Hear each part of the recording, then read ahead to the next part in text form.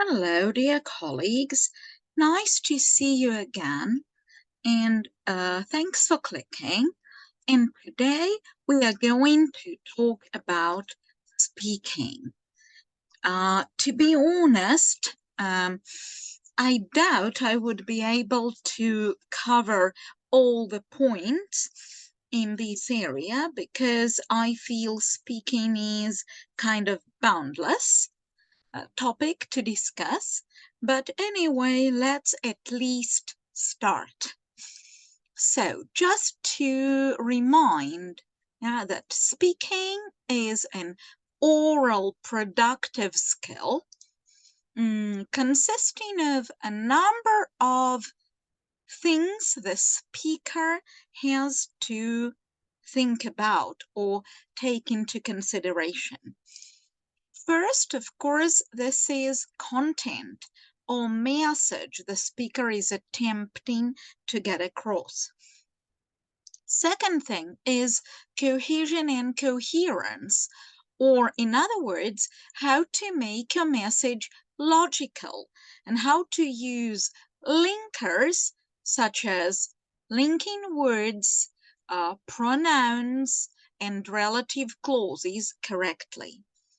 Then, if we are talking about dialogue, it's the necessary skill of turn taking, involving your partner, or vice versa, not allowing your partner to dominate. Then, there is, of course, register or style, using appropriate vocabulary regarding of the level of formality. Then, of course, there is grammar and vocabulary, meaning both range of lexics and grammatical structures, and accuracy. The last but not the least, there is also pronunciation, which should be at least intelligible. So, seeing that there are so many things to regard while speaking, no wonder it's one of the most complicated skills. And speakers approach the speaking task in two different ways, and the tasks themselves may be focused on two different aspects: accuracy or fluency. So if the task is focused on accuracy, it means we primarily want our student to talk correctly, whereas focus on fluency implies concentrating on the flow of speaking freely. Yeah? Speakers who are mostly anxious about the accuracy of their speech are sometimes called scientists, whereas fluent speakers who often make mistakes are sometimes regarded as gamblers. Both approaches obviously have their own pros and cons. Speaking about scientists, the main advantage is that they don't listen to their own mistakes. They, or at least do so much less than gamblers, because they attempt to speak correctly. Then, they are, of course, better at doing tests. They take language really seriously. But on the other hand, they often feel shy. They are much more likely to get demotivated when they find themselves making mistakes, which is, as we teachers know, inevitable. And the last but not the least, they are at high risk of hardly ever trying to speak because they feel like they should learn all the grammar and vocabulary first. Yeah. And also, they are apparently not really good at real life communication due to all these reasons. Speaking of gamblers, definitely the most common advantage is that they are good real life communicators. No matter how little they know, they will be able to get the message across.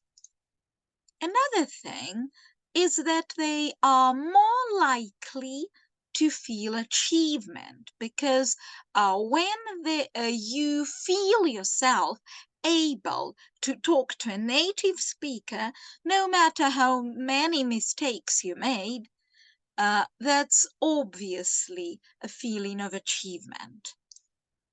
But they are in danger, at high risk, I would say, of fossilized errors because they often talk with mistakes and they sometimes even ignore when the teacher tries to correct them. That's why repeating errors promotes their fossilization. One more thing is that they sometimes don't take learning seriously and make lots of mistakes in tests. The last but not the least, they will be understood, but apparently might make bad impression on natives. Yeah. So, we can see that both scientists and gamblers need some kind of measures to correct their focus, yeah, to like find something in the middle. So for scientists, first of all, they need encouragement and praise for all the minor achievement, focusing on what they are doing better than they used to. Yeah. Then it's important to only deal with mistakes that interfere with communication or that are connected with your grammatical or lexical current focus. Otherwise, a scientist learner will feel overloaded with mistakes and unable to correct them all. Also, it's vital to show that natives do make mistakes as well and to make a scientist learner aware of various acceptable versions. This is likely to make them feel less anxious. Regarding gamblers, self-correction is the key. I usually make gambler learners record themselves and then listen again, find the mistakes, and re-record the same task correctly. Redoing the task is quite crucial for gamblers because the second time they do it, they are apparently more focused on accuracy.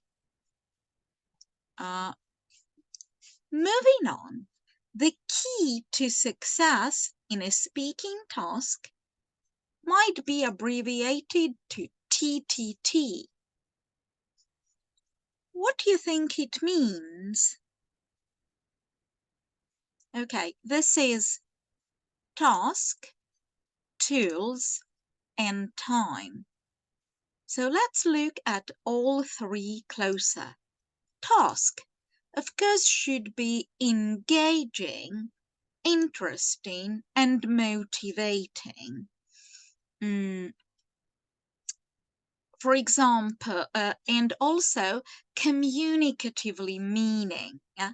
So, for example, just tell your partner about your day might not sound a good task. Whereas, talk to your partner and find out whose weekend was more interesting sounds much more engaging, doesn't it? Another thing is that it should be relevant to age and level. Yeah. For instance, if you ask school children to talk about their work experience, this is unlikely to be engaging or motivating, isn't it? Yeah. And also, it's a good idea to have some language in focus. Sometimes, of course, you might give your students tasks for free usage of all the grammar and vocabulary they have. Yeah. But much more commonly, you have some language in focus. For example, tell your partner about your plans for the upcoming week and find out whose week is going to be more exciting. Obviously, the language in focus is future tenses. Yeah? Or describe your room and find out how similar or different it is to your partner's room. Obviously, the language in focus is furniture vocabulary, and there is their grammatical structure. Yeah. So, moving on to tools. By tools, I mean relevant grammar and vocabulary. Yeah. For example, if you give your students the task to talk about the last weekend and find out whose was the most interesting, make sure they remember the past simple. If you ask your students to describe a picture each of them has and draw your partner's picture basing on description, make sure they are fully aware of present continuous. Sometimes it's a good idea to revise and even do some controlled practice exercises before actually moving on to freer speaking practice. And another thing, which is also not paid enough attention, is time. Time for preparation. First, vital thing to remember, it should be limited. If you allow your students as much preparation time as they want, it will be endless. But you should give them enough time to first pull their thoughts together and then practice their speaking in pairs or small groups, because many students feel safer and easier to talk in small groups when they don't notice being monitored and when they think the teacher doesn't spot their mistakes. After that, there are two ways. You can either ask your student to repeat what they have just said in a small group, but just repeat it for the whole class. Of course, it will be not purely word for word repetition, but the improved version, right? Or another thing you could do is ask your student to tell what they found out about their partners. Apparently, the latter version should be used in stronger groups or with stronger student. If the student is shy or weak, it's a way better idea to ask them to just retell what they have just said to their partner. Next thing, which can't be forgotten when talking about speaking, is error correction, because overcorrection is one of the most common reasons for students' shyness and feeling stuck while speaking. To avoid this, there are a few principles I follow. First, content feedback dominates over language one. It means that when your student says, I don't know, my cat is ill yesterday, first reaction should be something like, oh, poor kitty, is it better now? Or what did you do? Did you talk it to the vet? And so on, yeah? Rather than correcting the wrong language. To be honest, I'm strongly convinced the only way to correct language within speaking is contextualized correction. What I mean by this is, as you see in the example, imagine the student says, I go to the cinema last weekend, or my cat is ill yesterday. And you react emotionally to the content, but repeating the phrase correctly. Oh, you went to the cinema. How interesting. What film did you watch? Oh, your kitten was ill yesterday. Poor thing. Did you take him to the vet? And so on, yeah?